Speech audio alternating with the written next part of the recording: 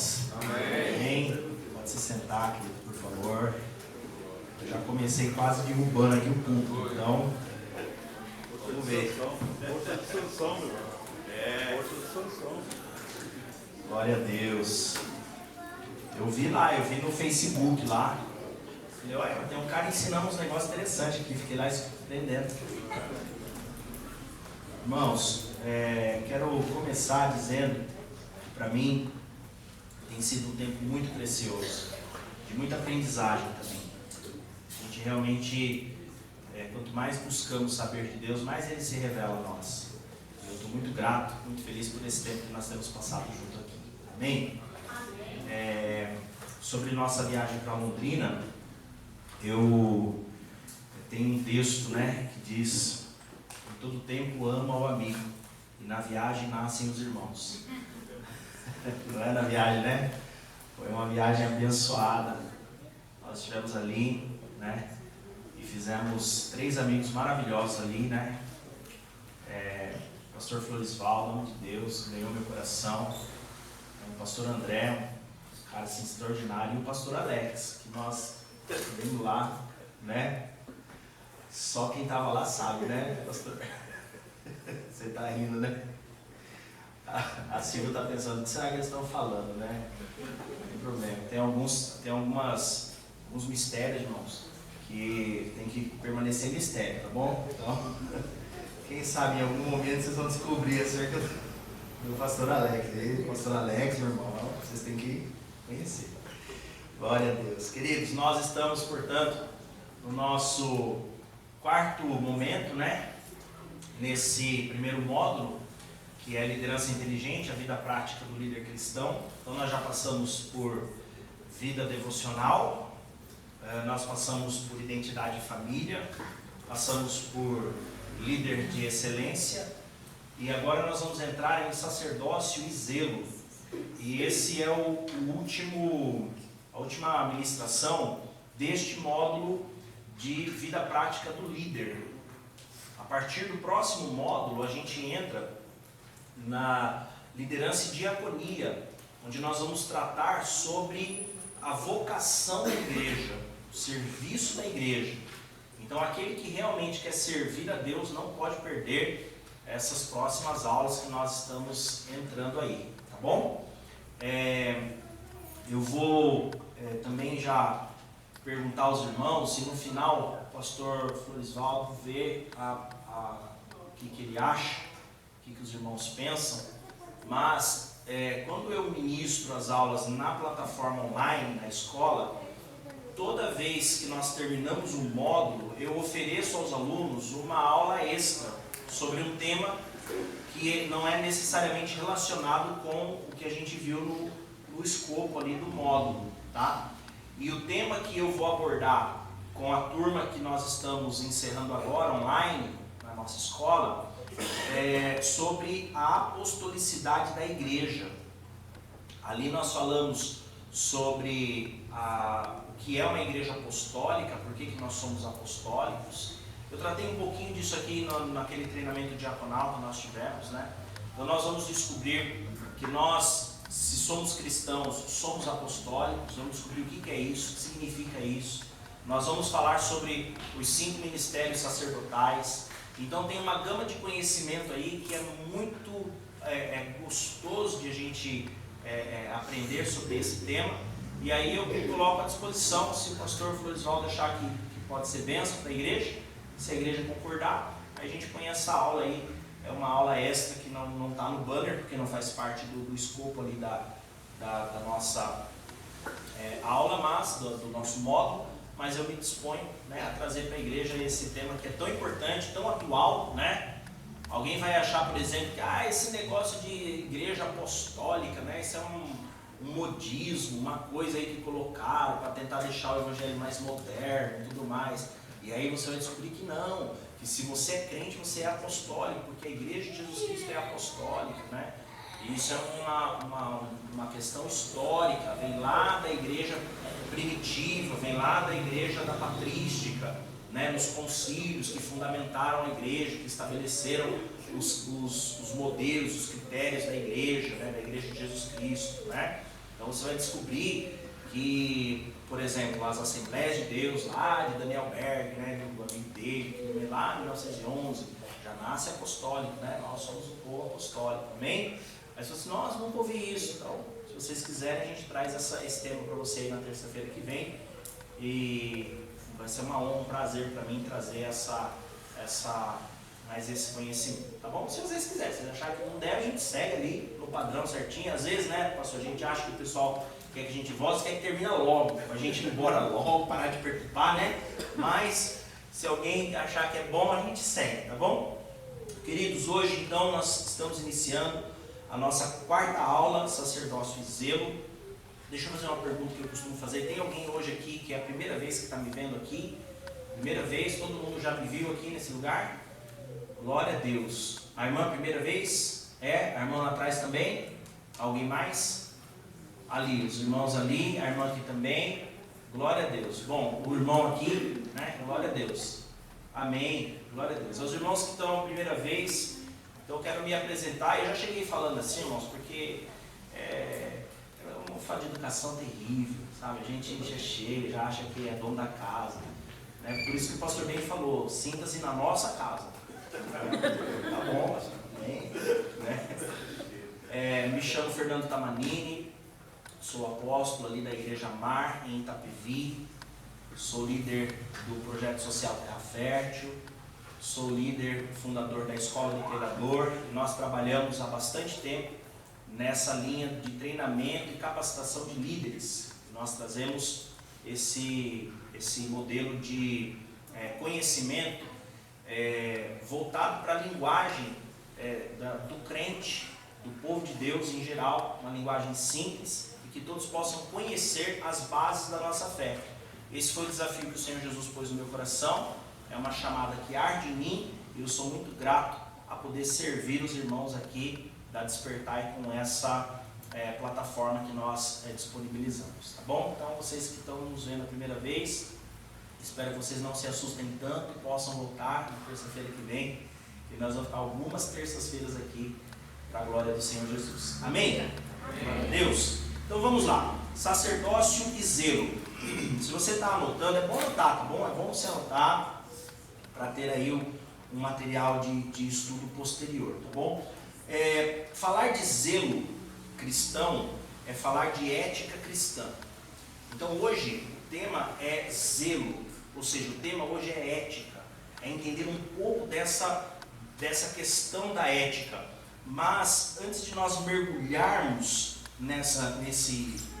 na questão da ética do sacerdócio, eu quero trazer para vocês só um pequeno entendimento sobre o que é ética, tá bom? Bem raso, porque nós temos inclusive um módulo inteiro sobre ética, porque a ética é algo assim muito profundo, que se aprende muito, não é chato, não é ruim de aprender, tá bom? Quando você começa a descobrir o que é ética, você começa a perceber que é importantíssimo nós guardarmos a nossa ética e a nossa moral, tá? Então, só para nós iniciarmos, o reino de Deus, tudo é feito de maneira organizada. No reino de Deus, tudo é feito de forma bem definida, bem estabelecida. E glória, minha garganta hoje vai me ajudar. Glória a Deus. Passei ali para comprar uma pastilha e não achei. Tá bom, vamos assim mesmo. Não são aqui. O reino de Deus, ele é organizado. A palavra do Senhor fala que as coisas do reino são feitas com ordem e decência. Então há uma estrutura, há uma organização. E essa organização nós chamamos de ética. Tá? Há uma ética. A ética é uma conduta. A ética é uma maneira de se lidar com as coisas. Eu quero. Aleluia. Deus abençoe. Glória a Deus. Aleluia. Glória a Deus. Glória do Senhor Jesus pela vida da irmã. Obrigado. Agora eu tenho certeza que alguém gosta das aulas. Porque eu vi alguns irmãos pensando assim, graças a Deus, não vai conseguir falar muito hoje. Glória a Deus, brincadeira, irmãos. E nós vamos descobrir que a ética é essa. Olha que barrinha gostosa.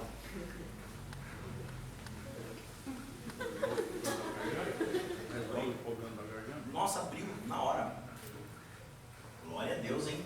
Deus me passa o nome dessa aí. Bala Santa, né? Irmão, você sabe qual que é a única santa que o crente pode ter na sua vida? Você sabe ou não? Não sabe? A Bíblia Sagrada. Hã? A Bíblia Sagrada. Não, a Santa Ceia.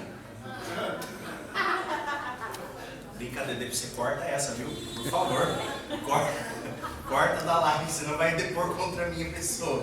Brincadeira, irmãos, a ceia não é santa, tá bom? Os santos participam da ceia do Senhor, tá? Só para estabelecer, tá bom? Então vamos lá, o que é ética? A ética, ela é um conjunto de normas ideais, tá? Isso é ética. E aí nós vamos aplicar a ética em qualquer área, em qualquer modelo, em qualquer lugar. Por exemplo, tem uma ética no trabalho, tem uma ética na empresa, tem uma ética no governo, existe uma ética pública, existe uma ética na sua casa. Você sabia que lá na sua casa existe uma ética que domina e você sequer pensou nisso, mas ela está lá, né? E no reino de Deus também há uma ética. Então o que é ética, no fim das contas? Ética é aquilo que é ideal. Ética é o mundo ideal, é aquilo que se imagina que seria o melhor. Amém ou não amém? Então, isso é ética, tá? A ética, ela pode ser aplicada de vários pontos de partida. E no cristianismo, nós também temos uma ética cristã. Da onde parte a nossa ética cristã? Hã? De Jesus. É uma ética cristã. Então a nossa ética parte de Cristo. Então tudo que nós temos como ideal na nossa vida é aquilo que parte de Jesus. Certo? Por exemplo, em algumas culturas, ser casado, a famosa poligamia, né? Ser casado com várias mulheres, em algumas culturas é ético. Não é? Por que nós não fazemos isso por conta da nossa fé? Por que nós não fazemos isso? Não é? Porque dentro do cristianismo nós recebemos o ensinamento de que o homem tem que ser marido de uma só mulher. Entende? Então essa é uma ética, é um princípio de vida ideal que se gera. Deu para entender isso ou não? Então isso é ética, são princípios que nos levam ao mundo ideal. Nem sempre nós cumprimos este mundo ideal. E aí nós temos essa palavra ética e temos uma outra palavrinha chamada moral, que é diferente de ética, né? Moral é uma outra coisa. Moral é aquilo que muitas vezes não é ético, mas é aceito por todos, né? Por que às vezes não é ético, mas é aceito? Porque no mundo ideal aquilo não seria bom, mas é aceito por todos porque é do jeito que é. Então é uma moralidade. Por exemplo, vamos falar de ética e moral. Só para nós entendermos isso, depois a gente vai entrar especificamente no sacerdócio e zelo, ou seja, especificamente na ética do sacerdócio, tá? Nós vamos falar sobre isso, não é aula de ética, tá bom? Só estou te mostrando o que é ética, para nós seguirmos e falarmos dessa ética no sacerdócio cristão, tá joia? Então, o que é moral? Moral é aquilo que nós aceitamos no meio comum. Eu terminei a aula de terça-feira passada propondo uma historinha sobre ética. Quem lembra da historinha? Quem lembra da historinha? Glória a Deus, irmão, pela sua vida. Aleluia. Alguém prestou atenção na historinha. A historinha é assim, ó. O leão, alguém lembrou? Como é que é?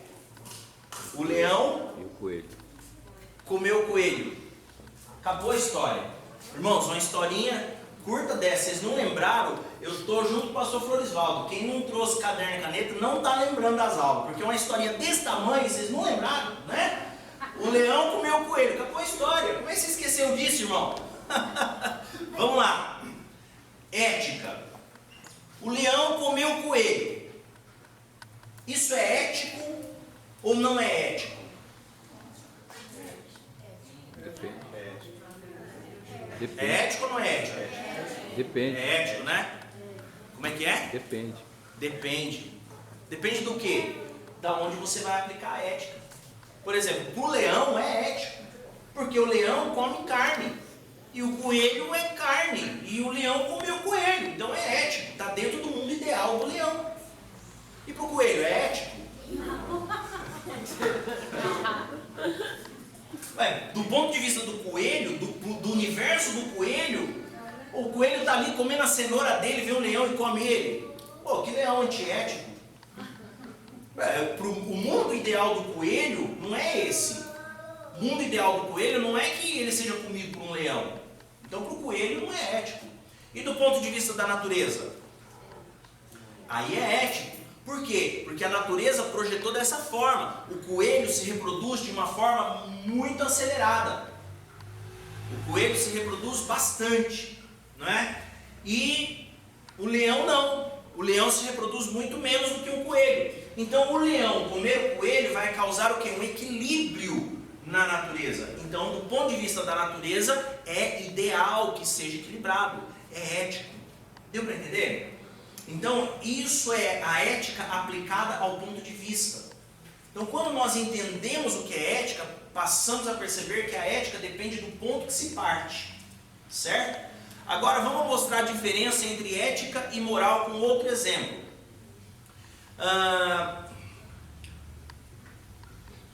É ético pagarmos os nossos impostos? Você acha que... Você já falou isso? Eu sou um pagador de impostos. Você não falou isso? Quando você estava bravo com alguma coisa, falou, eu pago meus impostos. Você já falou isso ou não? Aí você fala assim, não, mas eu não... Irmão, não é quem paga imposto de renda que paga imposto, né? Você comprou uma bala ali na esquina, você está pagando imposto, porque o imposto está tudo ali. Nós temos no Brasil uma carga tributária em cima do consumo. Então aquilo que você está comprando, você já está pagando imposto. Na nota fiscal do seu supermercado vem escrito lá quanto que foi de imposto da sua nota total. Você vai no posto de gasolina, ele imprime na notinha. Pagou lá R$100, X% é o imposto, está lá o tanto que você deu de imposto. É ou não é? Está lá. Então você está comprando, você está pagando imposto. Aí vem alguém reclamar, falar alguma coisa, você passa num buraco, né? Já passou num buraco com o seu carro? A primeira coisa que você lembrou foi do preço do IPVA, não foi? Esse IPVA, agora quem que vai pagar meu pneu? Não é? Então, do ponto de vista da sociedade, pagar os impostos é ético.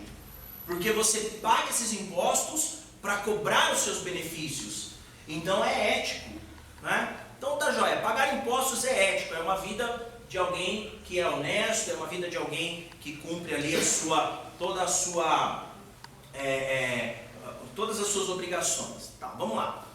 Quem já nesse recinto, distinto recinto, foi a um camelô e comprou daquela senhorinha nós estamos, né, no período de frio, né, comprou uma touca de esquentar a orelha, uma luva de lã. Quem foi lá e comprou?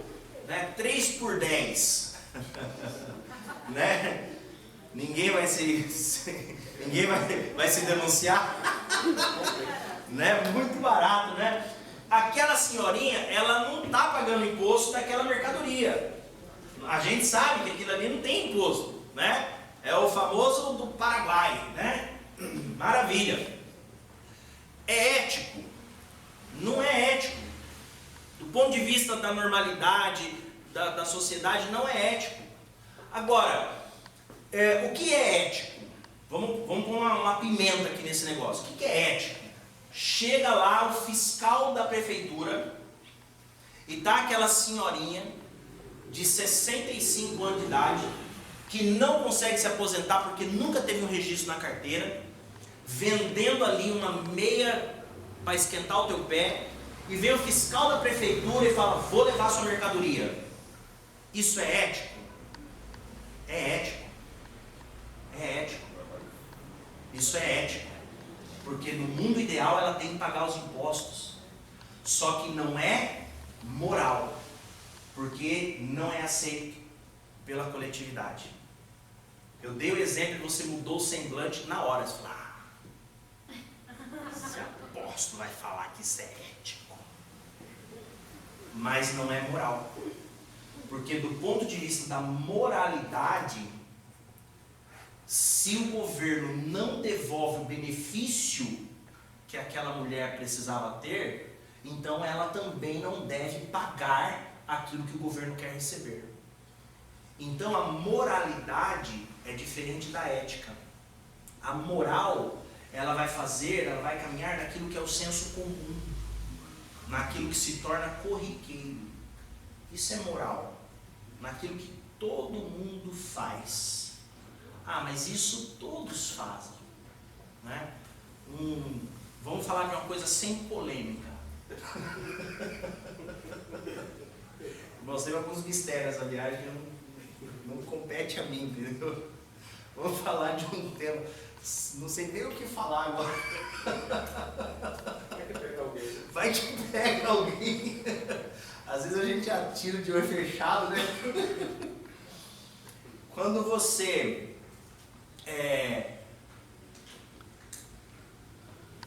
vamos ver aqui. Não precisa de exemplo, meu irmão, senão eu fiquei com medo desse negócio de exemplo aqui. É que aconteceu uns mistérios aí que é forte o negócio, irmão. A questão aqui é que se nós transitamos dentro de uma moral no cristianismo, nós estamos correndo um sério perigo de ofender a ética de Cristo. Estamos correndo um sério risco de ofender o mundo que o Senhor nos apresenta. Entende?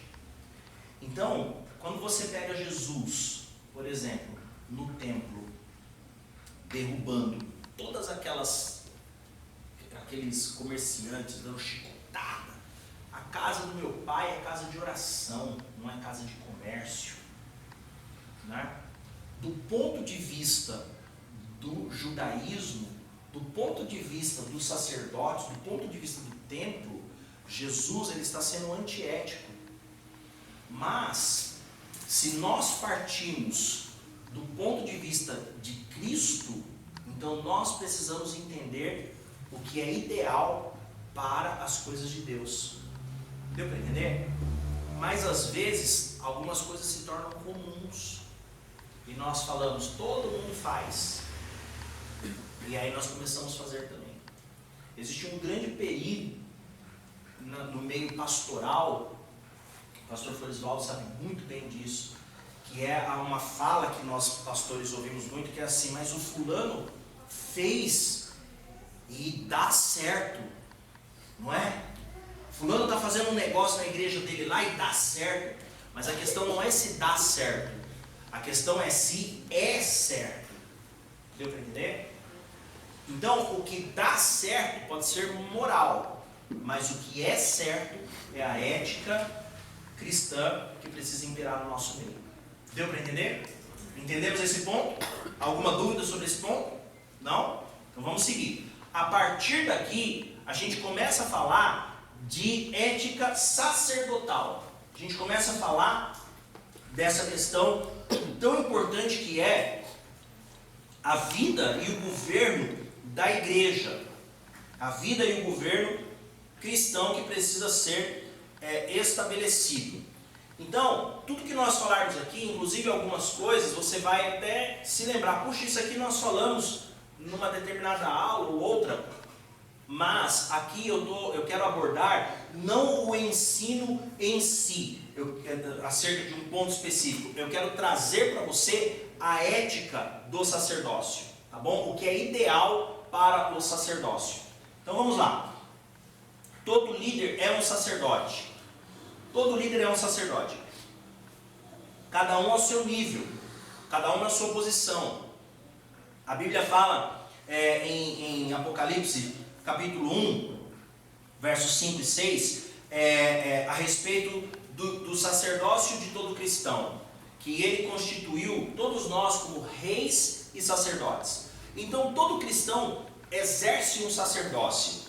Nós exercemos uma liderança, nós exercemos uma posição de cabeça nessa sociedade. E isso precisa ser muito bem compreendido por nós. Existe um sacerdócio natural, que ele é exercido por você ser quem você é. Por exemplo, quem é marido aqui? Quem é esposo? Então, você exerce um sacerdócio na sua casa. Você é o sacerdote da sua casa. Já ouviu falar isso ou não? Quem é mãe aqui? Quem é mãe? Então, você exerce um sacerdócio sobre os seus filhos. Você já ouviu falar disso ou não? Então, quem é filho mais velho? Quem é o primogênito aqui da sua casa? Eu estou levantando a mão só como exemplo, eu sou o caçula, eu sou o último de casa, né? A rapa do tacho, como diz a minha mãe, né? Você exerce um sacerdócio por ser o filho mais velho. Então, por ser quem você é, você tem um sacerdócio natural. Pelo fato de você ser cristão, já exerce um sacerdócio diante da sociedade. Você já é um líder diante da sociedade. Nós já falamos disso aqui mais aprofundadamente, né? Quantas pessoas foram na sua casa pedir uma oração ou uma orientação, mesmo você não sendo pastor, líder de equipe ou qualquer coisa assim, né? O pastor Florisvaldo tem um testemunho que ele conta, já ouvi ele falar esse testemunho acho que umas 2 vezes, muito forte, de quando ele se converteu e ficou estudando um texto que Deus deu para ele estudar esse texto ali. Ele debruçou sobre esse texto e ele foi no médico fazer exame de vista da habilitação, é isso, né? E o médico disse, você é um pastor. Ele disse, não sou pastor. Ele falou, mas você é crente? Sou crente. Então me explica esse texto aqui. E era qual texto? O texto que ele estava estudando ali, que Deus mandou ele estudar recorrentemente, né? Já contou esse testemunho aqui, porque agora já queimei. Já foi. Eu não pedi autorização, já contei, né? Às vezes é um segredo, né, irmão? Não sei. No segredo comigo, né? Lembra daqueles 3 irmãos lá que se reuniram? Vocês lembraram? Então, nunca mais eu voltei naquela igreja. Eu conto mesmo, irmão. Então, aquele homem, ele estava buscando um sacerdote que lhe ministrasse algo. E o pastor Florisvaldo naquela época não era pastor, mas era sacerdote. E Deus colocou ele ali como sacerdote. Então, nós exercemos um sacerdócio pelo fato de sermos cristãos. Amém ou não amém? Amém. Então nós precisamos entender isso aqui. Agora, é fato também, e é muito simples entender, que existe um sacerdócio espiritual, eclesiástico. Existe um sacerdote na sua igreja. Existe um pastor ali. Então há um sacerdócio espiritual. Para além do sacerdócio natural, existe esse sacerdócio eclesiástico, espiritual, que Deus levanta para nos trazer essa segurança na nossa jornada cristã, né? Algumas pessoas não aceitam a questão do sacerdócio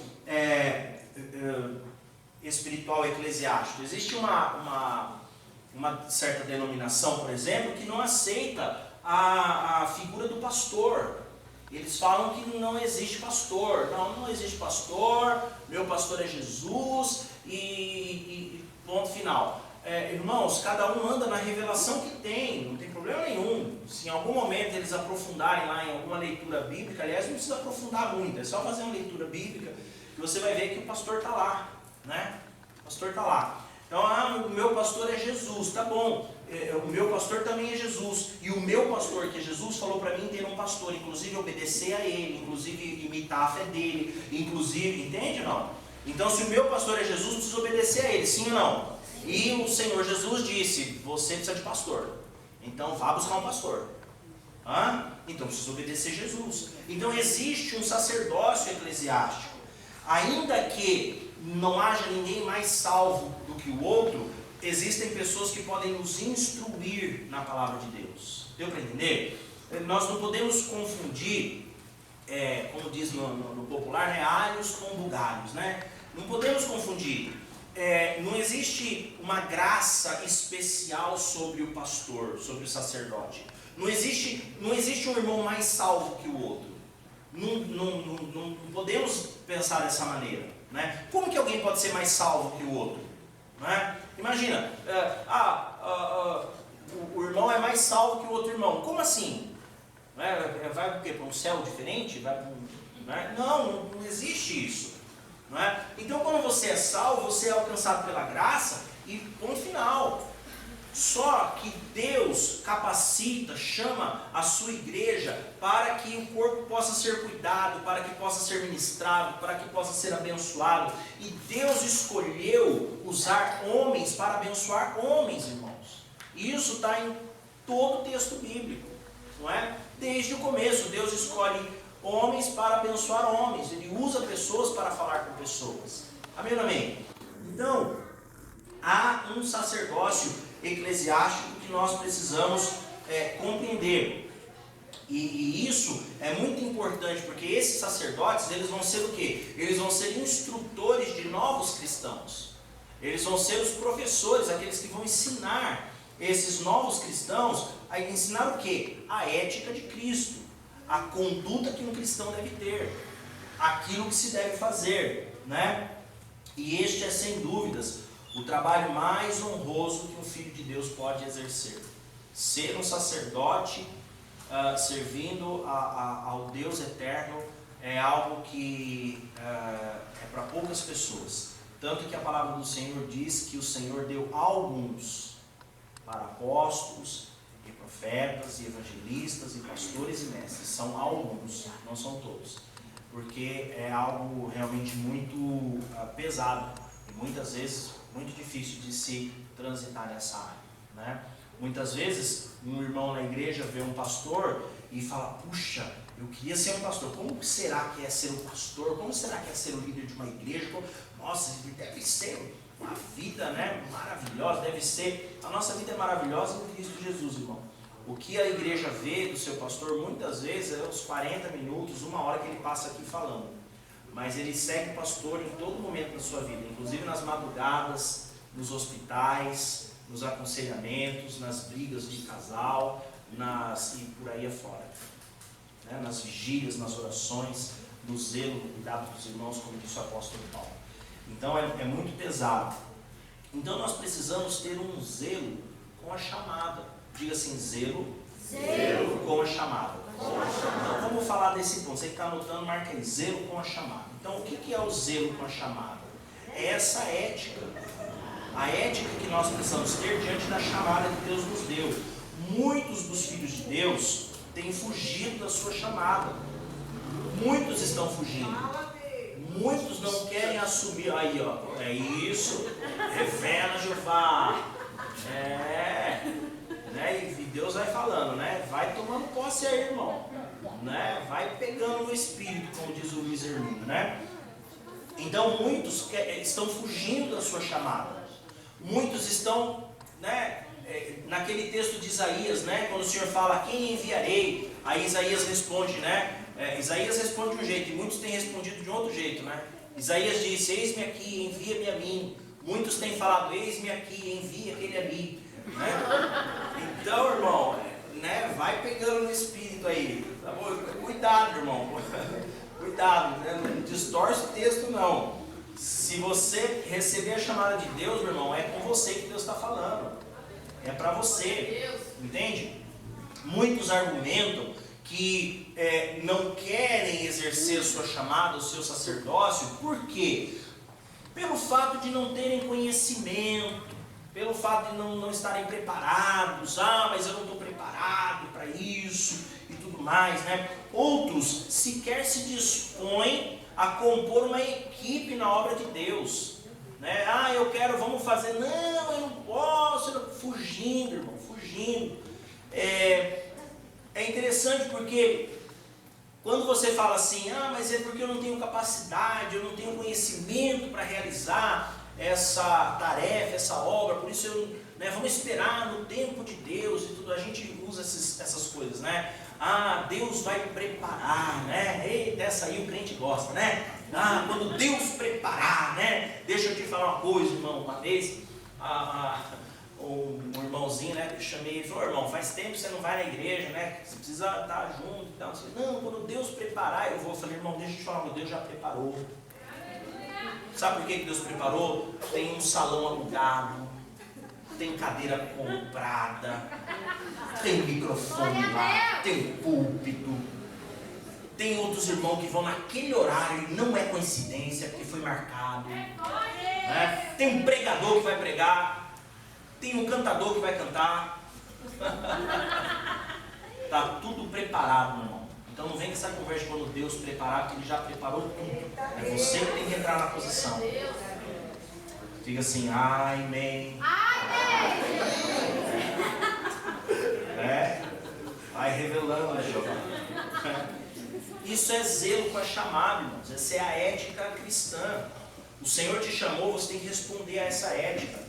Ah, mas eu não estou preparado. Ótimo! Que bom que você sabe que não está preparado. Então comece a se preparar.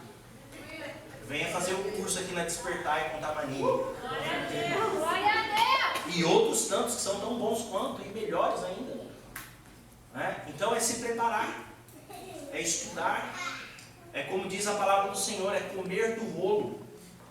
É conhecer, como diz o profeta, conhecer e seguir conhecendo ao Senhor. Entende? Então é a hora de nós entendermos que a nossa chamada, ela foi nos dada por uma razão. Deus olhou para você e escolheu você. Não tenho essa prerrogativa. O pastor também não tem essa prerrogativa. Se Deus te chamou, é algo seu e dele. E se você declinar dessa chamada, quem vai responder por isso é você, não é o pastor, não é a igreja. Não é? Entende? Então nós precisamos saber isso. Temos que nos capacitar.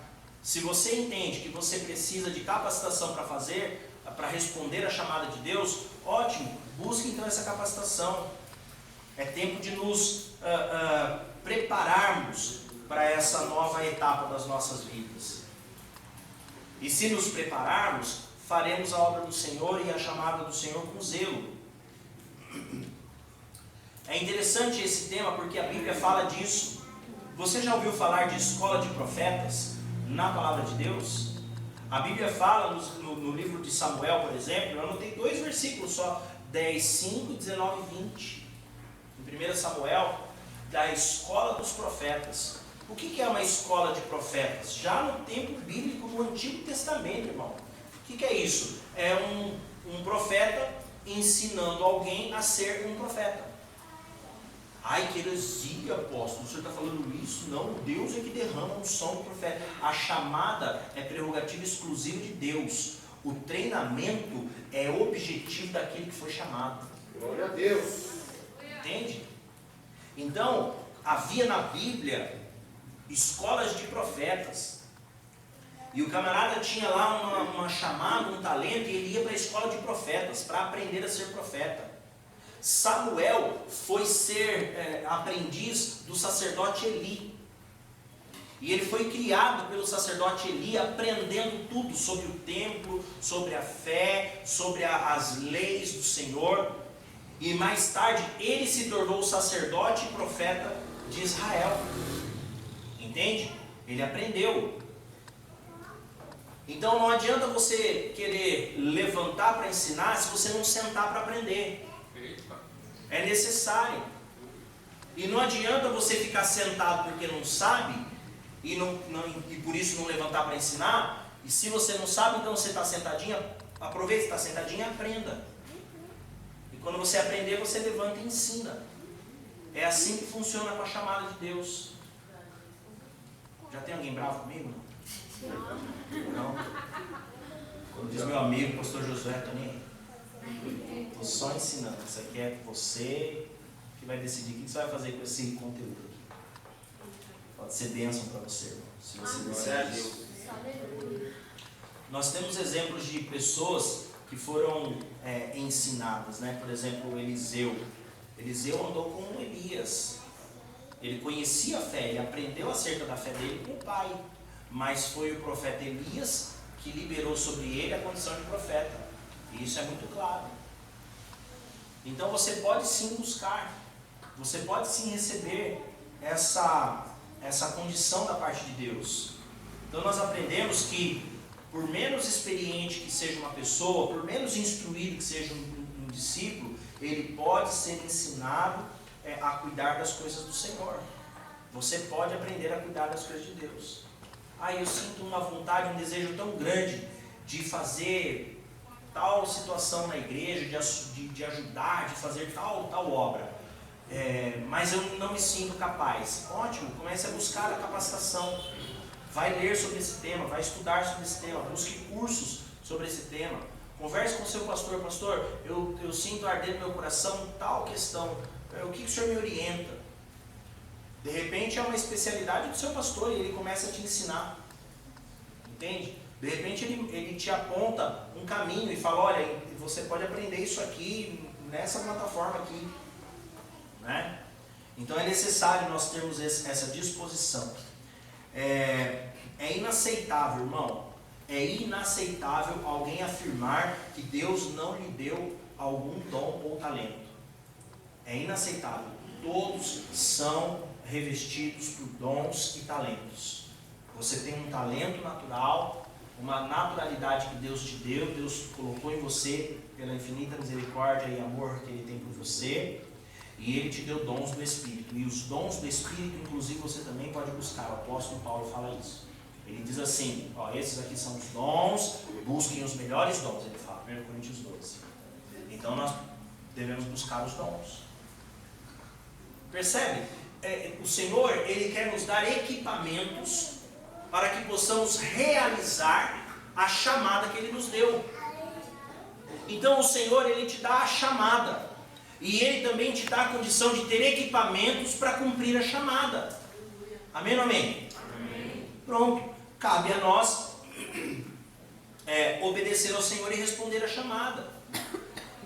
Alguém vai dizer assim, que mas eu não tenho vocação para ser pastor. Tá bom, irmão, é como eu falei aqui, o Senhor deu uns para, então nem todos vão ser pastores ou sacerdotes em qualquer sacerdócio eclesiástico, nem todos. O apóstolo Paulo fala isso, nem todo mundo é mão, nem todo mundo é pé, mas todo o corpo bem ajustado, né, é o corpo de Cristo. Então nós precisamos entender isso. Você não tem um chamado para ser pastor? Ótimo! Qual é o teu chamado? Nós já falamos isso em aulas anteriores aqui. Como descobrir a tua chamada? Como saber a tua chamada? Né? Então procure entender qual é a sua chamada e transitar dentro dela, e se capacitar dentro dela. Alguém vai dizer assim, pega essa aqui, irmão, isso aqui está no meu próximo livro, tem essa frase que é uma síntese de um pensamento. Eu estava lendo algumas coisas, pesquisando, estudando, escrevendo. Eu escrevo muita coisa, nem tudo que eu escrevo é bom. Então eu vou escrever, tudo que vem na cabeça eu vou escrevendo, depois eu leio tudo e vou vendo o que é o que. E aí eu tive esse entendimento. Você não precisa concordar com ele, mas eu quero compartilhar com você. E acerca da ética da chamada, do zelo pela chamada, surgiu o seguinte entendimento. Muitas pessoas não querem, né, pastor, responder a chamada de Deus porque tem medo, né? Aí eles dizem assim, né? Porque é grande a responsabilidade de cuidar de almas. É verdade, irmão. Você, como líder, se você der um caminho errado, para mim estar aqui, queridos, o temor é muito grande. Eu tenho aqui 1 hora e alguma coisa para transmitir para você algumas falas que podem destinar você para uma questão eterna. E isso aqui é pesado, porque o Senhor Jesus, Ele pode inclusive poupar você de um dano que eu venha causar com uma fala errada e me punir por ele. Está escrito lá que eu vou dar conta das almas, como sacerdote. Hebreus capítulo 13 está escrito lá. Deu para entender isso ou não? Então é um temor muito grande. É verdade que se você for um líder, você tem responsabilidade sobre aquelas pessoas, não sobre os atos particulares delas, mas sobre aquilo que você ensina, o destino que você dá, o caminho que você dá. É muita responsabilidade. E é por isso que você tem que se preparar e não fugir.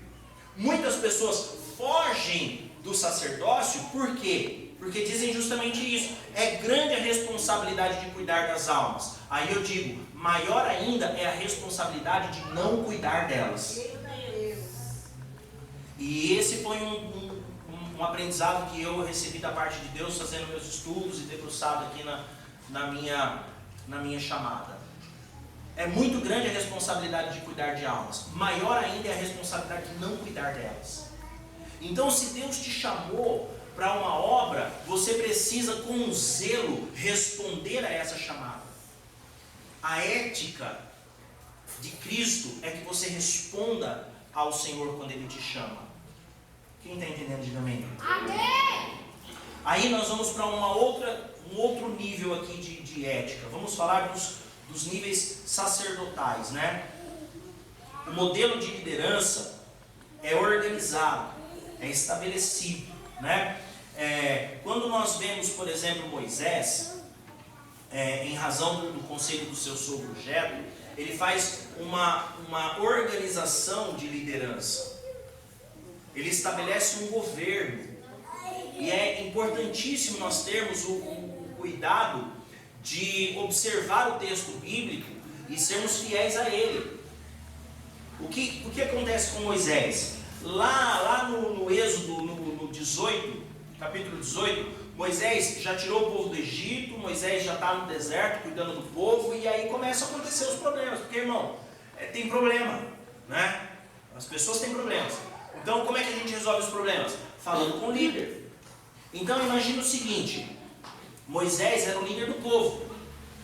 Então, se Moisés tivesse 3 pessoas para atender, e ele atendesse essas 3 pessoas por 2 horas cada uma, 2 horas, uma boa conversa, com muitos detalhes, com algumas risadas, algumas lágrimas, com bastante profundidade, com aconselhamentos. 3 pessoas que ele atendesse, seriam 6 horas, muito bem aplicadas.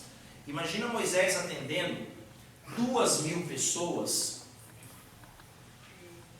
5.000 pessoas, 10.000 pessoas. Alguns estudiosos vão falar em 2 milhões de pessoas. Imagina ele fazendo um atendimento a 2 milhões de pessoas, 1 minuto por pessoa. Ele levaria 2.000 minutos para atender o povo. E em 1 minuto, irmão, dá para você abrir o coração, tirar a angústia do seu coração e ser curado em 1 minuto? Ele não ia conseguir. E aí a Bíblia fala que ele sentava assim no lugar, e a fila de pessoas para falar com ele dava volta no monte. Você fica olhando a Caixa Econômica, dá volta no quarteirão. Você não sabe o que Moisés pensava quando ele olhava o fim da fila assim. E falava: meu Deus. Aí Jetro chama Moisés: meu filho, vem cá. Não vai dar certo. Não vai dar certo. Tua mulher está aqui, já não vê você já faz tempo. Teus filhos. Você está sentado aí. Não vai funcionar. Sabe o que você faz? Você vai estabelecer líderes de 1.000, de 100, de 50, de 10. E os líderes vão cuidar de resolver os problemas das suas equipes.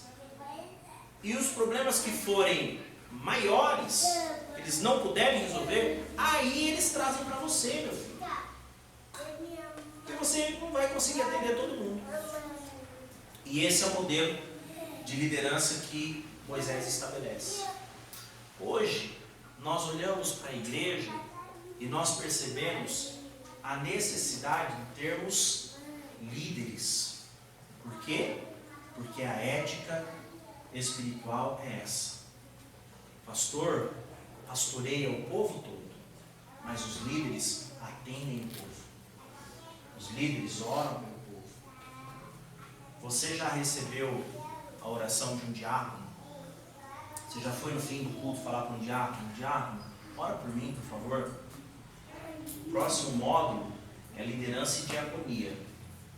Você vai descobrir o que é a diaconia. Você vai descobrir a potência espiritual que é a diaconia. Então Deus, ele estabeleceu líderes para auxiliar o trabalho, para que o trabalho possa crescer, para que a igreja seja livre para crescer. Nós falamos bastante isso lá em Londrina, porque estávamos plantando uma igreja ali. E nós falamos bastante disso. A igreja, ela cresce, não é porque o pastor faz isso ou aquilo. A igreja cresce porque ela cresce. A igreja cresce porque ela é viva. A igreja de Jesus Cristo é viva, amém, meus irmãos? Ela cresce. A única coisa que o pastor tem que fazer para a igreja crescer é não atrapalhar. É só isso. E uma das formas que o Senhor estabeleceu para cuidar dessa igreja que é viva e que cresce é estabelecer bons líderes que possam auxiliar os irmãos nas suas necessidades. Amém ou amém? Então é necessário nós entendermos o modelo de governo que o Senhor estabeleceu. Esse é o modelo de liderança baseado em 2 princípios básicos. Esse modelo de liderança é baseado em 2 pilares fundamentais. O primeiro pilar é a aliança entre os líderes e Moisés. E o segundo pilar é a aliança entre os líderes e os discípulos.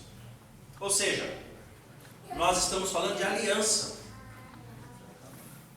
Amém ou amém? Então, como fazer para que esse modelo de governança, esse modelo de liderança bíblica, como fazer isso se tornar saudável e real dentro da igreja? Por meio da aliança. É a aliança entre os líderes e Moisés. No caso, a aliança entre os líderes e o pastor da igreja. E a aliança entre os líderes e os discípulos. Essas 2 alianças vão fazer com que a igreja tenha a condição de crescer saudável. Sabe por quê, irmão? Aliança é diferente de laço. Tá bom? Às vezes a gente usa esse termo, não tem problema nenhum, irmãos, eu costumo sempre dizer isso. Eu coloco aqui os termos dentro da proposta da aula. Tá bom? Nós estamos numa proposta de aula, de sala de aula, dentro de um curso, tá bom? Então nós estabelecemos bem isso aqui desde o começo, tá? Não tem problema você falar para alguém assim, nós temos um laço tão bonito, não tem problema. Mas eu quero colocar para você algo para você entender a diferença entre laço e aliança. Quem já deu um laço no cadarço do seu sapato, de um sapato com o outro? Já fez isso, não? Já deu assim um nó assim? O que acontece quando você vai andar? Você não consegue esticar a perna e você acaba caindo. Por quê? Porque o laço, a principal característica do laço é apertar. Você já deu um laço no seu sapato assim e ele soltou, você teve que dar outro laço? Porque ele estava mal apertado. Você teve que dar um laço e aí você faz o quê? Não é assim? Não tem uns calçados, principalmente quando você compra novo, né? Parece que eles põem uma resina, sei lá o que é aquilo. Você dá um nó assim no cadarço, né? Daqui a pouco ele solta. Você dá o outro, ele solta. Aí você pega, o pé chega a ficar roxo, de tanto que você aperta aquilo, né? A característica do laço é apertar. A característica da aliança é alargar. Por exemplo, eu sou casado com a minha esposa e nós não temos um laço, nós temos uma aliança. Hoje, nesse momento, eu estou aqui em Jandira, ela está lá em Itapevi. E antes de vir para cá, nós conversávamos sobre muitas coisas, propósitos, projetos, destinos para a nossa família, para o nosso ministério, para as nossas ações, o que a gente vai fazer, né? Quem que a gente vai deixar de pagar esse mês. Misericórdia, né? Tem que pagar todo mundo. Como diz, né, alguém, né? Eu estou cheio de dívida, não estou dormindo. Eu falei, não, eu estou com dívida e quem não dorme é quem não deve. É ele que não está dormindo, eu não tenho dinheiro para pagar, né? Misericórdia, ó, a gente está precisando. Né? Eu estou dando insônia de muita gente para ele, né? Brincadeiras à parte, vocês estão rindo de vocês mesmo, né? Vocês se identificaram, né? Com isso aí, eu percebi. Vamos lá. Queridos, aqui comigo, vamos lá. A aliança, ela permite você ir longe e permanecer no mesmo propósito. O laço só é laço se ele aperta. Então, a aliança, por exemplo, faz com que nós tenhamos uma despertar, uma não, 2, em Londrina, Paraná. Quase 600 quilômetros daqui. E não é um laço, onde o pastor Floresvaldo tem que estar lá toda semana, como é que está aí? Não, existe uma aliança. Permite que seja distante e junto ao mesmo tempo. Diga assim comigo, uau! Então o Senhor está convocando você a despertar, a ter aliança com o seu líder e aliança com os discípulos, com os membros dessa casa, para que a obra possa crescer de forma mais célere e saudável diante do Senhor Jesus. Amém ou amém? Até aqui tudo tranquilo? Então vamos lá. Sendo assim, se você é um líder de um grupo, de um pequeno grupo, de um ponto de pregação, de um círculo de oração, de um ministério de louvor, de jovens, se você é um líder de um pequeno grupo, saiba que o seu líder superior, ele tem prerrogativa sobre a equipe que você está cuidando, por conta da aliança e da autoridade que é estabelecida. Às vezes nós deixamos que Satanás entre no nosso coração e nos faça entender a autoridade maior do que aquilo que nós temos. Existe uma coisa na psicologia chamada de síndrome do pequeno poder. Já ouviu falar da síndrome do pequeno poder? É assim, vou colocar em termos fáceis, tá bom? É assim, o obreiro que acabou de ser consagrado obreiro, às vezes ele acha que ele tem mais autoridade que o pastor da igreja, né? Tem uma máxima no mundo militar que fala assim: se o cabo, se o general tivesse metade da autoridade que o cabo acha que tem, esse general não perdia nenhuma guerra. Então deixa eu explicar isso aqui. É assim, na hierarquia é o soldado, né, o soldado raso, o soldado que acabou de entrar ali no exército. O primeiro cargo acima do soldado é cabo. Então eu sou um soldado.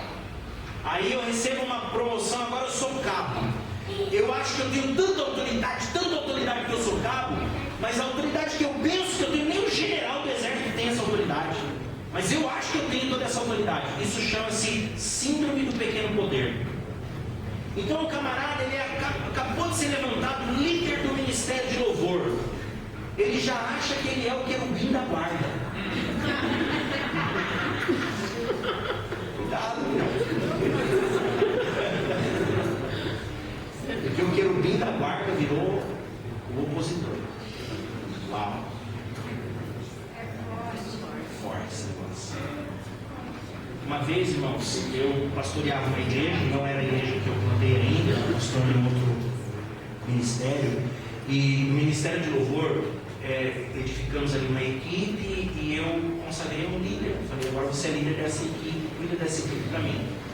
E uma moça me procurou e disse assim para mim: pastor, eu passei por todos os requisitos para cantar. Eu tenho tempo de igreja que foi pedido para mim. Eu fiz as audições, eu passei nas audições, porque eu sei cantar, eu sei fazer o que eu tenho que fazer, né? Eu tenho essa chamada, mas eu estou na fila aí e o pessoal não me deixa entrar no ministério de louvor. Eu falei, mesmo, quando eu tenho que fazer isso, me inteirei do assunto. Fiz uma reunião com o meu líder de louvor, eu falei, olha, me trouxeram o caso assim, tal. Aí ele, não, a gente não vai ver e tal, é porque os irmãos estão muito à vontade para não sei o que, porque, sei lá, tinha um revanchismo ali por alguma questão. E aí, num determinado momento, eu chamei o Ministério de Louvor e falei assim, irmãos, nós temos estabelecido algumas normas, que é uma ética, justamente para que ninguém dependa do outro, para que o reino de Deus flua segundo o governo do Espírito Santo. Para isso que a gente põe normas, organizações. Falei, então a irmã, ela cumpriu tudo que ela tem que cumprir, ela vai entrar.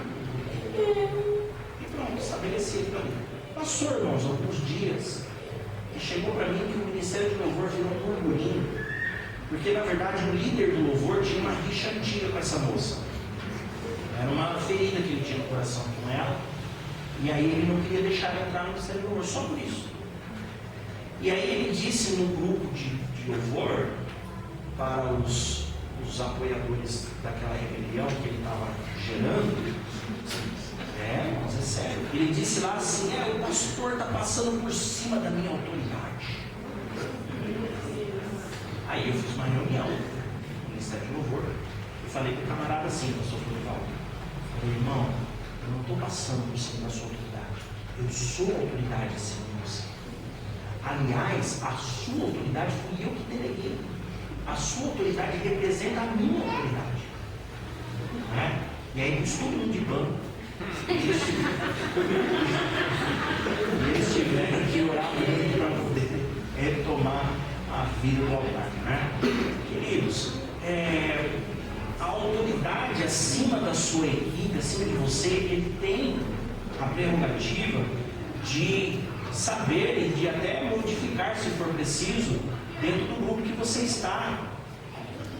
O contrário disso é rebelião, e rebelião é feitiçaria. Isso tudo aí, meu irmão, não tem lugar para isso aí no céu, está escrito lá na Bíblia. Entende, não?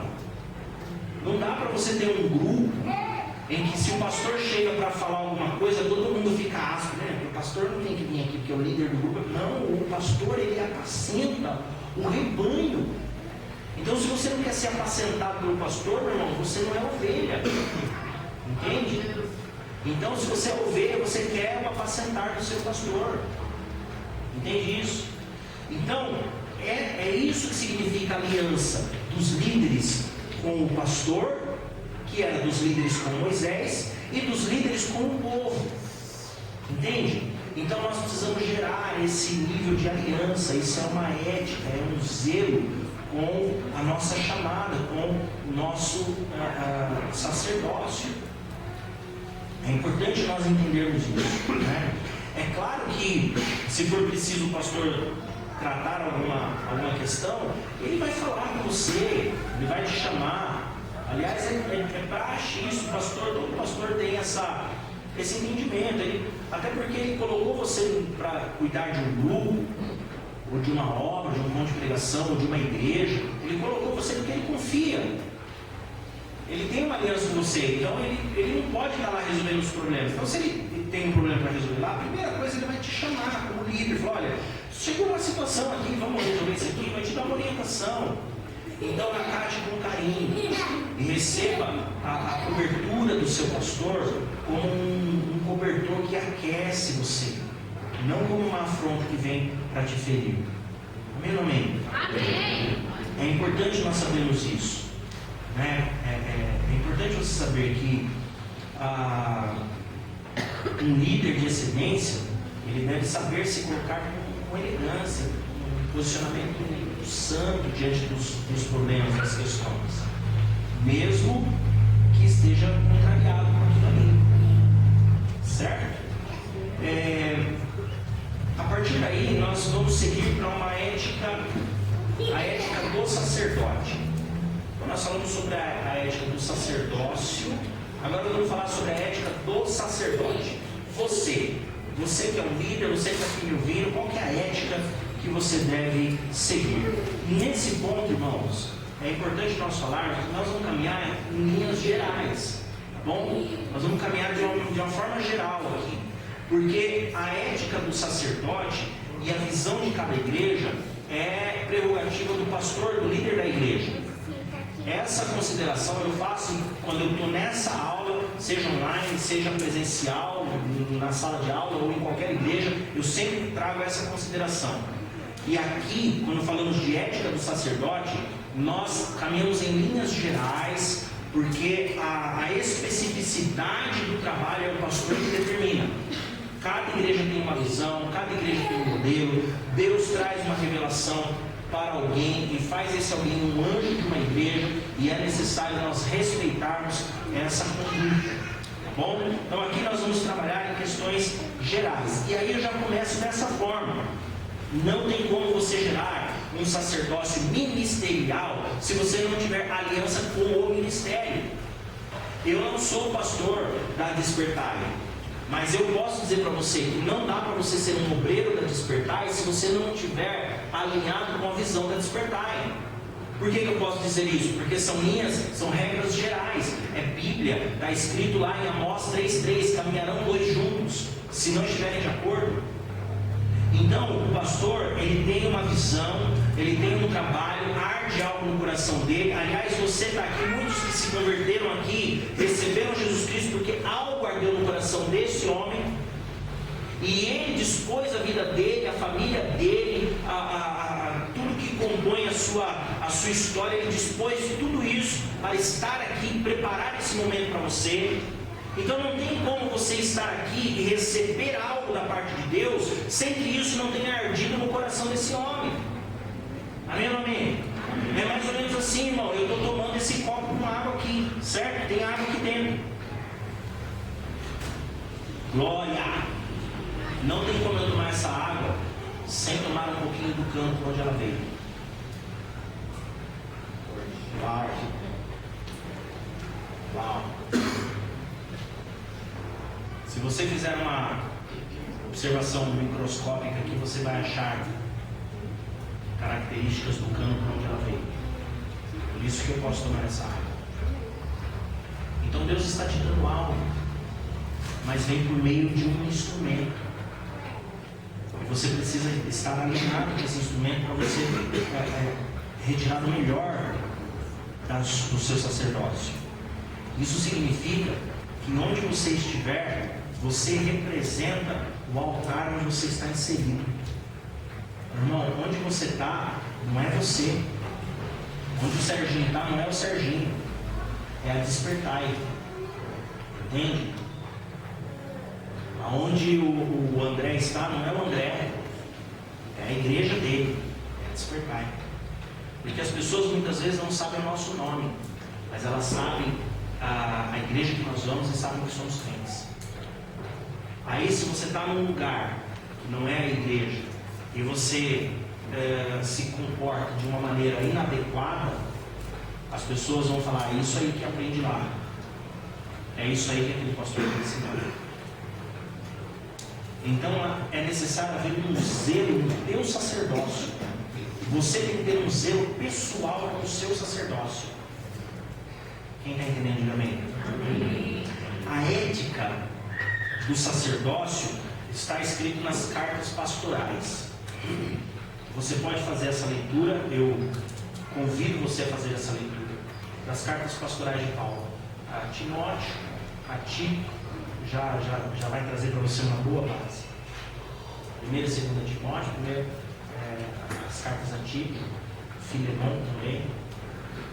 Você vai entender ali o que é ser um sacerdote, a ética pessoal que é esperada de você no mundo ideal. O que é um sacerdote? O que faz um sacerdote? Como age um sacerdote na ética cristã? Lembra? A ética é o mundo ideal. Amém ou amém? Amém ou amém? Então vamos lá. 1 Timóteo capítulo 3 nos traz alguns princípios. Eu vou citá-los aqui para a gente já está indo para o final. Não vou ler o texto para a gente ganhar tempo, mas eu realmente gostaria que você lesse esse texto, 1 Timóteo capítulo 3, mas todas as duas cartas a Timóteo e a Tito, tá bom? Uma prerrogativa que Paulo traz para a vida do sacerdote, a ética ministerial de um sacerdote, ser irrepreensível. Isso aqui, meu irmão, eu só trouxe pequenos trechos bíblicos, não estou interpretando nada, isso aqui é texto bíblico. Irrepreensível. Em que você pode ser repreendido? Porque é ser irrepreensível. Lá no mercado, lá no trânsito, lá na sua casa, lá com seus filhos, lá com sua esposa, lá no seu trabalho, lá com seus parentes. Em que você pode ser repreendido? Então é aí que você precisa cuidar. Quando eu estou com meus irmãos, eles não são crentes, eles falam os palavrão, os negócios, aí eu entro na piada aqui também e tal, porque já viu, né? Estou ali no meio deles. Isso aí não é ético, isso é moral. Porque do ponto de vista do que todo mundo faz, lembra disso? Aí você faz também, porque todo mundo faz. Então pode ser dentro de uma moralidade. Mas dentro da ética cristã, você precisa preservar a sua identidade, quem você é.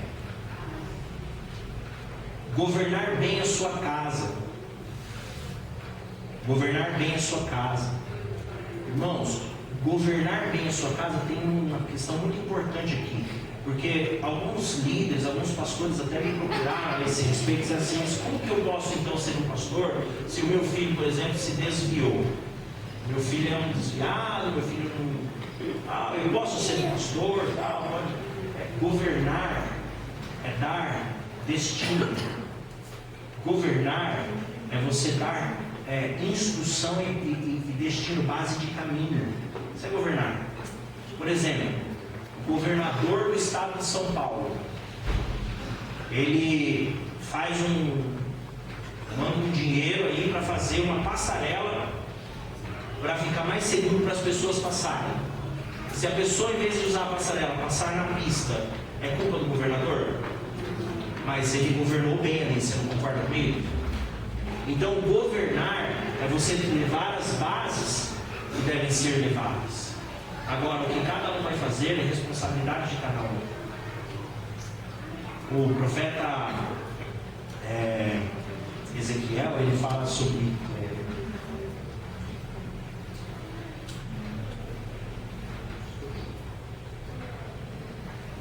me fugiu o texto agora. Eu trago para você na aula que vem, tá bom? Esse versículo, ou até daqui a pouco, antes da gente ir embora. Ele fala assim que o filho jamais vai amargar a sua boca por uma coisa que o pai comeu. E o pai jamais vai amargar a sua boca por causa daquilo que o filho comeu. Porque cada um vai dar conta daquilo que fizer. Então, governar bem a sua casa é colocar no destino correto. Em Provérbios, nós aprendemos: cria o menino no caminho que deve andar, e quando for grande jamais se desviará dele. Então, criar o menino no caminho que deve andar é responsabilidade do pai. Quando for grande jamais se desviar dele é responsabilidade do filho. Entende? Então, governar bem a sua casa, ter princípios inegociáveis. Eu tive uma experiência familiar muito importante nesse sentido. Eu tive problemas, meus filhos são jovens, minha menina tem 18 anos, o meu rapaz tem 16. A maior parte de vocês conheceram meu filho, hoje não está aqui porque ele está no ensaio deles lá, tiveram um ensaio extra hoje, não pude vir. Mas eu passei por algumas questões de rebeldia com os meus filhos, em que eu não negociei os princípios eternos. Eu governei bem a minha casa. E eu falei para eles, se você quiser ir por esse caminho, é problema seu. Porque a eternidade na condenação é por conta das suas ações, não das minhas. Eu não vou abrir mão dos princípios que eu criei por causa de você. Coloquei isso. Falei, entre você e o meu Deus, você perde feio. Perde feio. Então, se você quiser ir por esse caminho, vai sozinho. Agora, se você quiser a minha bênção, minha proteção, o meu teto, você vai andar debaixo do meu governo. O resultado disso, ganhei meus filhos. Glória a Deus. E se eu tivesse perdido? O problema deles. E eu tendo ganhado, sucesso deles também. Falei isso. Falei, você está tomando uma decisão de vida, regulando as posições que estava me apresentando, e isso é mérito seu, não é mérito meu. Então, do mesmo jeito que eu imputei sobre você o teu erro, e mostrei que você estava indo para um caminho de condenação, agora eu digo para você, da mesma forma foi você que decidiu por Cristo e ir para o caminho de salvação. Então, glória a Deus pela sua decisão, pela sua vida, o mérito também é seu. Isso é governar a casa. Então, um bom sacerdote governa bem a sua casa. Agora, tem sacerdote que, se o filho chora, faz o que quer. Tem sacerdote, eu não estou falando de uma birrinha, uma criação da criança. A criança a gente tem que ir ensinando, doutrinando e tal. Mas, irmão, tem criança que manda no pai e na mãe. Tem filho que manda em casa. Então você não governa bem a sua casa. Diz Paulo, como governará bem a casa de Deus? Ser confiável e constante. Essa é uma questão que o Senhor busca. Confiabilidade e constância. Irmão, ser constante não é você estar sempre feliz. Uma vez perguntaram isso para mim numa sala de aula, para uma turma, né? E eu respondi assim, de pronto, veio na mente essa frase e grudou em mim também, ficou em mim. A minha pastora perguntou para nós no treinamento de líderes, ela perguntou assim, o que é ser constante? Aí eu respondi, ser constante é manter-se no propósito independente das variações da sua vida. Ela olhou assim e falou, é isso mesmo. Isso é ser constante.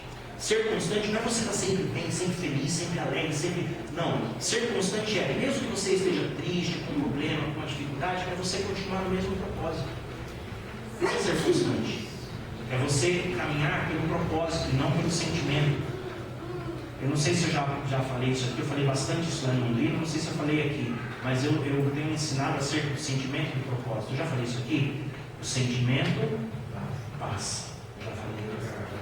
E o propósito permanece. Entende? Então, ser constante é isso. E essa é uma característica que o Senhor busca nos seus sacerdotes. Ser constante. Se você é líder de uma equipe, irmão, vai chegar um dia que você não vai querer mais. Só que você tem que ser constante. E o Senhor vai mudar aquele quadro, vai te honrar, e você vai olhar para trás e vai fazer igual a nossa irmã Cassiane faz, né? E você vai cantar do outro lado o hino da vitória. Não é assim? É a Cassiane que canta aí? É a Cassiane? Só o Senhor é Deus. É a Cassiane, não é? É isso, glória a Deus. Eu sou péssimo nessa parte do louvor, né? Fiquei até inseguro agora. Né? A última característica que eu quero trazer sobre o sacerdote, o zelo que você tem que ter, escute, ter bom testemunho dos que estão de fora. Uau! Ó, característica para o sacerdote, ter bom testemunho dos que estão de fora. Paulo disse isso para Timóteo. Timóteo, ensine isso. O sacerdote tem que ter bom testemunho dos que estão de fora. Nós geramos uma cultura na nossa cabeça que é assim, estou nem aí que os outros pensam de mim, eu vou fazer isso aqui. Opa! Cuidado! Cuidado! Isso pode ser até válido no sentido de não estou nem aí, sei lá. Ah, não sei, irmão, não é válido. Não. Falar que não está nem aí que os outros pensam, não dá. Talvez alguém diga, mas é com relação à fé, à salvação, não estou nem aí se querem que eu me desvie. A gente canta isso, né? Eu não sei de quem que é essa canção, não sei que ela é antiga, eu sei que muita gente canta ela, eu já cantei tanto essa canção. E quando eu descobri esse princípio, eu fiquei tão triste com essa canção, né? E ela canta assim, né?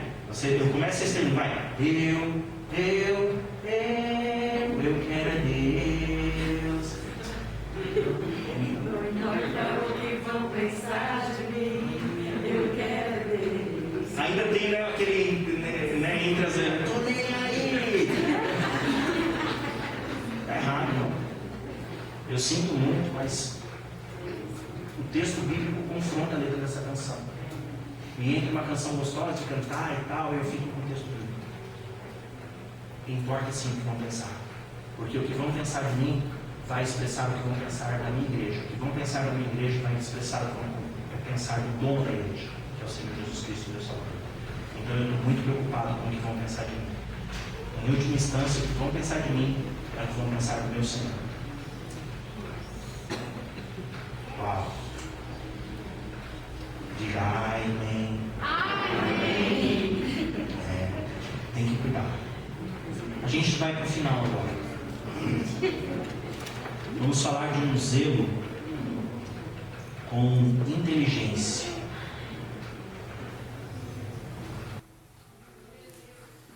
Quando nós recebemos de Deus uma obra, nós precisamos nos adequar à obra que Deus nos deu. Eu tenho ouvido de alguns líderes uma situação, irmãos, eu zelo muito, é até redundância falar, né, que eu zelo pela ética, né, ética é zelo, né, e eu trago uma ética muito apurada comigo, eu tenho muito temor do que eu falo, do que eu ensino, do que eu ministro. Eu não subo em altar para falar de alguma coisa específica, falar, irmão, tocando em miúdos, eu não mando recado no altar. Aliás, eu não mando recado em lugar nenhum. A gente tem que ser transparente, falar o que é, com ética, com cuidado, com temor, com respeito. Mas a gente tem que falar, né? Hoje eu tive uma reunião com o pastor Florisvaldo, com o apóstolo Josué, e nós estávamos ali conversando e tal, e o apóstolo colocou alguns pontos, e eu defendi o meu ponto também. Eu falei, apóstolo, né? Para um pouquinho, ó. O ponto que eu estou trazendo é assim, assim, assim, né? Então, eu tenho muita clareza no que eu vou colocar.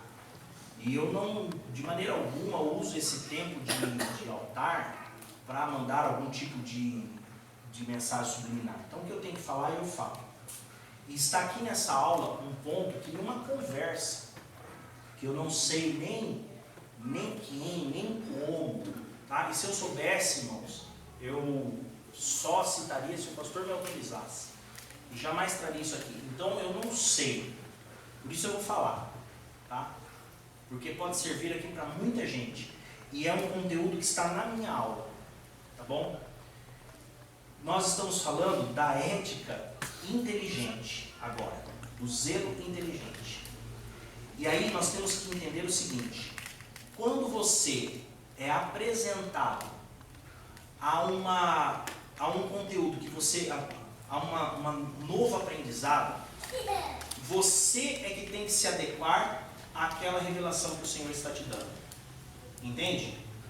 Não o contrário. Quando você lê algo na Bíblia, você não tem que adaptar a Bíblia para a sua realidade. Entende? Você tem que adaptar a sua vida ao texto da Bíblia. Amém ou amém? Entende isso? O pastor Florisvaldo estava conversando, eu perguntei para ele, né? Pastor, me dá um feedback das aulas e tal.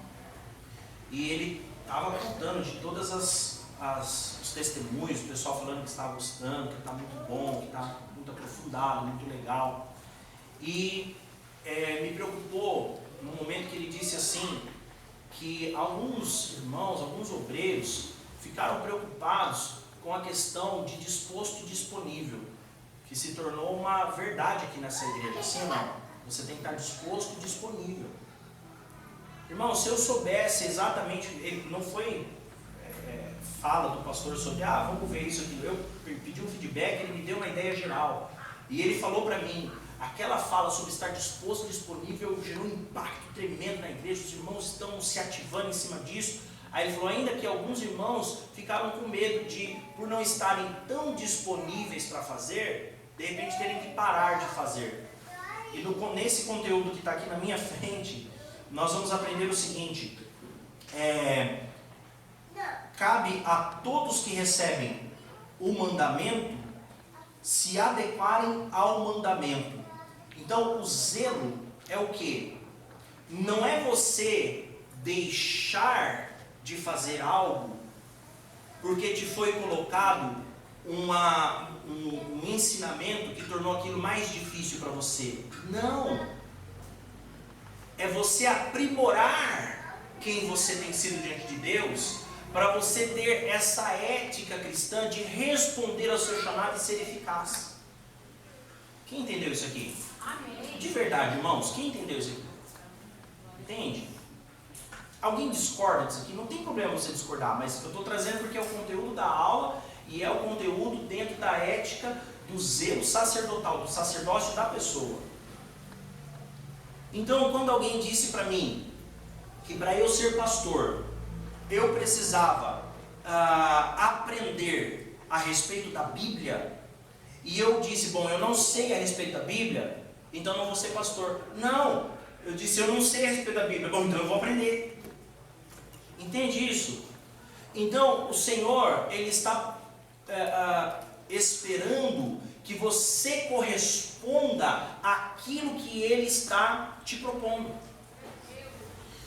Ao passo que você foge da chamada, ao passo que você se esconde porque você acha que você não consegue por isso ou por aquilo, na verdade, as suas desculpas, elas não fazem sentido para Deus. Como eu falei, são alguns pontos, eu falei no começo da aula, que nós iremos falar alguns pontos que nós já ouvimos em algumas aulas, mas que agora a gente vai trazer não para ensinar sobre isso, mas ensinar a ética disso, o mundo ideal dessa verdade. E nós aprendemos aqui acerca de estarmos dispostos e disponíveis, e muitas vezes nós não entendemos que nós é que precisamos adequar a nossa vida para servir a Deus. E dentro da disposição que você tem para servir a Deus, nós falamos inclusive na aula passada sobre você, acho que foi na aula passada, sobre quando você arruma um serviço, por exemplo. Foi na aula passada que nós falamos isso? Foi, né? Quando você vai para uma entrevista de emprego, você tem que entrevistar a empresa também. Não é só a empresa que vai te entrevistar. Você tem que entrevistar a empresa para ver se aquilo ali está adequado à sua vida. E qual é a sua vida? Qual é a sua ética? E aqui eu estou fechando o nosso estudo de hoje, trazendo essa reflexão. Qual é a sua ética?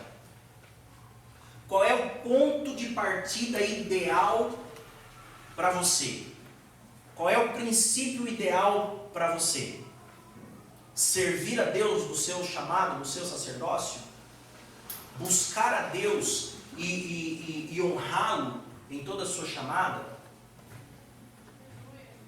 Então eu finalizo essa aula trazendo essa reflexão sobre a ética inteligente.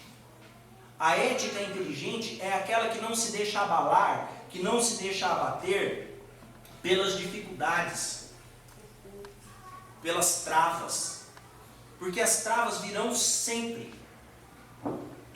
Em todo tempo você vai sofrer algum tipo de embate, em todo tempo você vai sofrer algum tipo de levante para não fazer isso ou aquilo. Por que algumas coisas nós superamos e cumprimos, e outras coisas nós falamos, não, isso eu não vou conseguir? Entende isso? Uma vez alguém chegou para o seu pastor e disse assim, eu não tenho dinheiro para comprar o terno, para vir de terno na Santa Ceia, por isso que eu não compro terno. Aí o pastor olha para ele e fala, eu vi você ontem na churrascaria. Então é questão do quê? Da prioridade. É questão da ética. É questão do ponto de vista do que é ideal. Você parte do que é ideal para a sua família. Você parte do que é ideal para as suas finanças. Você parte do que é ideal para as suas emoções. Ou você parte do que é ideal para Cristo.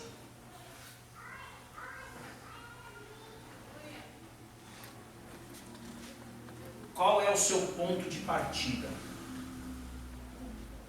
Qual é o princípio que te traz mais valor? É você que precisa definir. Você que precisa entendê-lo e vivê-lo. Eu não sei, irmãos, se alguém vai entrar em crise com isso aqui que eu estou falando. Mas isso aqui é a palavra de Deus. Isso aqui é a vontade do Senhor. Porque Deus promete em sua palavra que Ele vai chamar a muitos. Mas Ele declara em sua palavra que poucos serão escolhidos. Se o Senhor hoje for escolher quem desta sala estará na sua lista. E assim eu termino a aula de hoje, deixando essa reflexão para vocês. Muito obrigado. Passei 2 minutos. Agradeço a todos. Pastor, por favor, as palmas do Senhor Jesus.